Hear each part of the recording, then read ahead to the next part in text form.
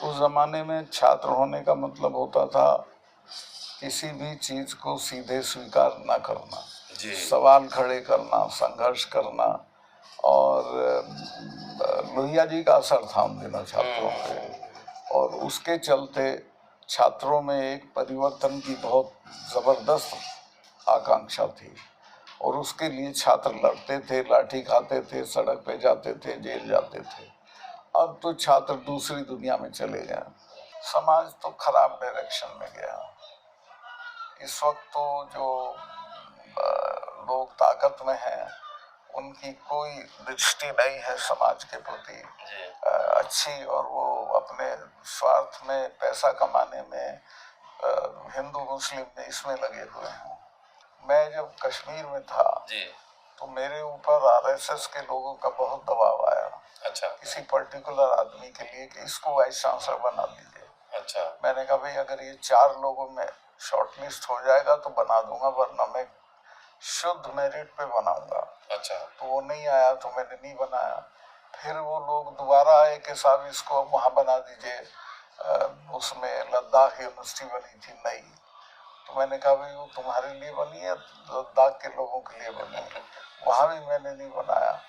विश्व गुरु से इनका क्या मतलब है? अच्छा। भाई तुम एक सुई तो बना नहीं सकते हो। तुम्हारी जो विद्वता है वो ये है कि पूरी दुनिया में अमेरिका की एक यूनिवर्सिटी में 100 नोबेल प्राइज है। तुम्हारे 8 या 10 हैं, जिनमें 4-6 बाहर के हैं, एक मदर टेरेसा है, और 3-4 नोबेल प्राइज हैं आज तक। विश्व गुरु कहाँ से बन जाओगे आप? शिक्षकों को क्या संदेश रहेगा सर? मैं उनको यही संदेश दूंगा कि वो खुद रिवोल्ट करना सीखें और छात्रों को रिवोल्ट करना सिखाएं। क्या बात है।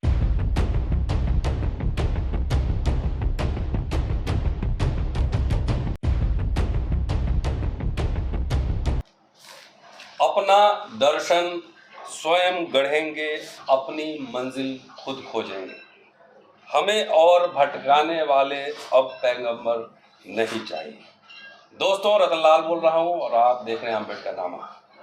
ये जो पंक्तियाँ जो मैंने कही हैं वो पंक्तियाँ मेरी नहीं हैं, और जिन्होंने ये नारे गाए थे, ये गीत गाए थे, वो हमारे साथ अम्बेडकरनामा में हैं।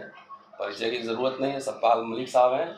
और ये पंक्तियाँ गाई गई थी 1965-66 में, जब मलिक साहब छात्र संघ मेरठ कॉलेज के अध्यक्ष थे। छात्र आंदोलन हुआ था, लाठियाँ डंडे पड़े थे, और बहुत ही वो आंदोलन व्यापक स्तर पर फैला था। 65-66 की बात मैं कर रहा हूँ। और एक बात और स्मरण दिला दूं कि मेरठ कॉलेज में डॉक्टर अंबेडकर 1954 में एक कार्यक्रम में भाषण भी दे चुके हैं, इसलिए वो बड़ा ऐतिहासिक कॉलेज है। आज मलिक साहब से विस्तार से छात्र जीवन पर, देश के हालात एजुकेशन के क्या हैं, और गवर्नर रहते हुए उनका क्या अनुभव हुआ, बिकॉज हम समझते हैं कि और ये कानूनन मुखिया होते हैं विश्वविद्यालय के गवर्नर्स। तो आज विस्तार से चर्चा करने वाला हूँ, पूरा वीडियो देखते रहिएगा, क्योंकि ये अम्बेडकरनामा की कोशिश है, मुहिम है, ये सारे अनुभवों को डिजिटल बनाकर आपको एकदम पैकेज में पेश किया जा सके, ताकि आप पढ़ नहीं सके तो कम से कम सुन ले। स्वागत है सर अम्बेडकरनामा। सर नमस्कार। जो मैंने पंक्तियाँ कही, आपको याद आया कुछ? याद है। वो जब आप छात्र, वो अच्छे दिन थे, वो अच्छे दिन थे। अभी खराब दिन हो गया। अब उन जैसे दिन कहाँ। छात्र जीवन में, छात्र हूँ, मैं शिक्षक हूँ, और मेरी दिलचस्पी छात्र आंदोलन में, स्टूडेंट मूवमेंट में, टीचर्स में, विश्वविद्यालय में, स्कूल में, कॉलेजेस में होती है। अपने अनुभव जरा, हमारे बहुत सारे स्टूडेंट देखते हैं अम्बेडकरनामा। आजकल छात्र आंदोलन की स्थिति क्या है, और आपके ज़माने से और अब तक जो परिवर्तन है उसको कैसे देख रहे हैं? अभी तो कोई स्थिति है ही नहीं जी। उस ज़माने में छात्र होने का मतलब होता था किसी भी चीज़ को सीधे स्वीकार न करना, सवाल खड़े करना, संघर्ष करना। और लोहिया जी का असर था उन दिनों छात्रों पे, और उसके चलते छात्रों में एक परिवर्तन की बहुत ज़बरदस्त आकांक्षा थी, और उसके लिए छात्र लड़ते थे, लाठी खाते थे, सड़क पे जाते थे, जेल जाते थे। अब तो छात्र दूसरी दुनिया में चले गए। उस आंदोलन का जिसमें ये नारे लगे थे उस समय की, मैं आपको याद दिला दूं कि आपको 20 चोटें लगी थी जी, और एक छात्र साथी ने अपने शरीर से आपके हाँ, सर को मुझे बचाया था जी। आपने अपने दोस्तों का भी नाम जिक्र किया है, किताब मैंने पढ़ा है। जी। और 6 घंटा पुलिस के साथ आप लोग एकदम छापामार झगड़ा चलता रहा। वो 5 नवंबर की तारीख थी जिसमें मेरठ कॉलेज के दरवाजे पे पुलिस ने रोका जी। तो करीब 6-7 घंटे तक पुलिस के साथ खड़ंजा उखाड़ के लड़कों ने पत्थरबाजी की। उधर से कभी वो खदेड़ लेते थे, कभी लड़के, और अल्टीमेटली डीआईजी आया, उसने किसी तरह समझा बुझा के समझौता किया और समझौता ये हुआ कि वो लड़के पकड़े हुए थे उनको छोड़ दें और हमने उनके लोग पकड़ लिए थे उनको हम। अच्छा, आपने पकड़ लिए थे? हाँ, हम कॉलेज में घुसे थे वो पकड़ लिए थे जी। उस वक्त बहुत जुनून था, वो तो जुनून देश बदलने का, बनाने का, समाज को बदलने का। तो अभी इतने सालों में, 50 सालों में समाज किस डायरेक्शन में गया? समाज तो खराब डायरेक्शन में गया। इस वक्त तो जो लोग ताकत में हैं उनकी कोई दृष्टि नहीं है समाज के प्रति अच्छी, और वो अपने स्वार्थ में, पैसा कमाने में, हिंदू मुस्लिम में, इसमें लगे हुए हैं। आप समाजवादी युवजन सभा के सदस्य भी रहे जी और छात्र संघ के अध्यक्ष भी रहे। क्लास में जाते थे रेगुलरली आप? हाँ, बराबर। मैं तो लॉ फर्स्ट क्लास पास किया था। क्या बात है जी। और टीचर्स भी रेगुलर होते थे? हाँ, रेगुलर। पढ़ाई को कभी हर्जा नहीं होने देते थे। तो अभी भारत को विश्व गुरु बनाने का पूरा मुहिम चल रहा है और आपने एक स्टेटमेंट दिया है कि जिनकी हैसियत कॉलेज के प्रिंसिपल बनने की नहीं है वो वाइस चांसलर बनाए जा रहे हैं। सेंट्रल यूनिवर्सिटीज के तो आप सारे वीसी देख लें जो अभी बने हैं 2 साल में जी। वो सारे वो लोग हैं जो सिर्फ एक खास संस्था से कनेक्शन होने की वजह से बनाए गए हैं और जिनमें कोई काबिलियत नहीं है। जी जी जी। कोई एकेडमिक एक्सेलेंस कुछ भी नहीं? कुछ नहीं, कहीं दूर दूर तक नहीं है। हमारे साथ सूरज जी भी हैं, डॉक्टर सूरज यादव, और जो 2 इतिहास के छात्र और शिक्षक जब बातचीत करें फॉर्मर गवर्नर से तो जाहिर है कि हम लोग एकेडमिक से ज़्यादा बातचीत फोकस रखें। सूरज जी, आप आजकल पूरा यूनिवर्सिटी में अपॉइंटमेंट, प्रमोशन सब कुछ चल रहा है, सेंट्रल यूनिवर्सिटी में हम लोग हैं सर जी। आपका क्या अनुभव है और सर के लिए कोई सवाल क्या चल रहा है? सवाल के पहले अनुभव मैं सर को अभी बता भी रहा था और मैं दोबारा बताता हूँ। ये जो बयान सर ने दिया, जो वाइस चांसलर्स के जो अपॉइंटमेंट हुए और किस तरह के लोग आए, ये दिल्ली यूनिवर्सिटी में अपॉइंटमेंट सर हो रहे हैं। हजारों जो परमानेंट पोस्ट हैं भरे गए, जो वर्षों से वहाँ पढ़ा रहे थे और अलग अलग कैटेगरीज के अनरिजर्व्ड SC ST उनको निकाल कर एक नए तबके को लाया जा रहा है। जो निकल रहे हैं उसमें कई लोग सुसाइड किए। हिंदू कॉलेज में हमारे एक साथी थे, वो सुसाइड किए। तो सर ये बहुत ही आपने एक बिल्कुल सही बात कही है और विश्वविद्यालय के शिक्षकों में ये बात गई है, वो सब इस पर डिस्कस कर रहे हैं। लेकिन दुख की बात है कि जिस तरह से छात्र आंदोलन लगभग समाप्त हो चुका है, दिल्ली विश्वविद्यालय जैसे शक्तिशाली शिक्षक आंदोलन भी लगभग शिथिल पड़ गया है। और उसमें क्या कारण है वो तो मैं अभी विस्तार से नहीं कहना चाहूँगा। प्रश्न एक बहुत अहम है सर, आप लगातार संघर्षरत भी रहे हैं और जहाँ भी रहे हैं आपने चेंज को लाया। मुझे याद है वो 1 जुलाई 1987 को 1 मूर्ति मार्ग में VP सिंह साहब के घर पे हम लोग मिले थे सर। मैं पहली बार आपसे वहीं पर मिला था और उस समय जन मोर्चा का फॉर्मेशन हुआ था कुछ दिन पहले, और आप और अभी जो केरल के हमारे गवर्नर हैं आरिफ मोहम्मद खान साहब और भी कई लोग थे, सभी लोगों ने उसमें एक संघर्ष ऐसा किया कि लगा कि देश की सत्ता को वो बदल सकता है। क्या उस दिन का सर याद है कि किस तरह से हम लोग जो दिल्ली विश्वविद्यालय गए थे? मैं बता दूं कि वो दिल्ली विश्वविद्यालय की अब तक की सबसे बड़ी सभा थी मॉरिस नगर चौक था उसमें। दिल्ली यूनिवर्सिटी का संस्मरण थोड़ा सुनाएं सर, जब आप गए। दिल्ली यूनिवर्सिटी में एक तो मैं जब हम लोगों के मेरठ में वारंट हो जाते थे छात्र आंदोलन में तो हम दिल्ली यूनिवर्सिटी में आ जाते थे। अच्छा। मैं हिंदू कॉलेज का हॉस्टल था, उसका एक कमरा था, पांडे करके लड़का था हिंदू कॉलेज का। हाँ, उसी कॉलेज में। हाँ, उसी में रुकता था। और ये होते थे राजकुमार जैन, और दिल्ली यूनिवर्सिटी का जो लॉ फैकल्टी है उसके कैफे में बैठते थे, कैंटीन में मिलना जुलना करते थे। तो 80s में और 90s में भी छात्र आंदोलन तो एक सशक्त रहा है। और यूनिवर्सिटी में हम लोग आजकल ऑब्जर्व कर रहे हैं कि छोटी छोटी बातें, जैसे हम लोग पिछले सरकारों में भी प्रोटेस्ट करते थे तो कभी छुट्टी और चाहे प्रमोशन ये सब नहीं रोका जाता था, लेकिन आजकल तो आरएसएस वाला टाइप का कोई हो तो उनका सब काम हो जाता है, और जो उनसे सहमति नहीं रखे तो उसको ना छुट्टी ना प्रमोशन कुछ भी, उसको पनिश करने की कोशिश होती है। मैं जब कश्मीर में था जी। तो मेरे ऊपर आरएसएस के लोगों का बहुत दबाव आया। अच्छा। किसी पर्टिकुलर आदमी के लिए कि इसको वाइस चांसलर बना दीजिए। अच्छा। मैंने कहा भाई अगर ये 4 लोगों में शॉर्टलिस्ट हो जाएगा तो बना दूंगा, वरना मैं शुद्ध मेरिट पे बनाऊंगा। अच्छा। तो वो नहीं आया तो मैंने नहीं बनाया। फिर वो लोग दोबारा आए कि साहब इसको वहाँ बना दीजिए, उसमें लद्दाख यूनिवर्सिटी बनी थी नई, तो मैंने कहा भाई वो तुम्हारे लिए बनी है, लद्दाख के लोगों के लिए बनी है, वहाँ भी मैंने नहीं बनाया। तो इसके बाद उन्होंने आके अमित शाह साहब से शिकायत की, तो अमित शाह साहब ने कहा कि भाई वो ऐसे दबाव में नहीं करेगा, जो मेरिट में इसको 4 में ले आओ तो मैं करा दूंगा। वो 4 में आया ही नहीं सिलेक्शन में, और उसके लिए जो है उसके लिए जोर देते थे। उनका क्या था कि पहले तो उससे सुविधाएं लेते थे, फिर जब वो वीसी हो जाता तो नीचे के सारे अपॉइंटमेंट उसी लिहाज से होते थे। टीचर नॉन टीचिंग स्टाफ पूरा बर्बाद कर देते हैं उसको। बर्बाद कर चुके हैं, कर चुके हैं, हो गया है सब जगह। जी। एक सर वो आप सत्ता परिवर्तन में एक बहुत अहम भूमिका निभाए हैं, आपको याद है और हम लोगों को भी, कि जनता दल का जो फॉर्मेशन और जो एक समाज है खासतौर से दिल्ली के आसपास जो ग्रामीण समाज है, वो आपके कारण जनता दल से जुड़ा, बड़ी संख्या में जुड़ा, और उस साल फिर वीपी सिंह प्रधानमंत्री बने थे, उसमें आपका अहम रोल रहा सर।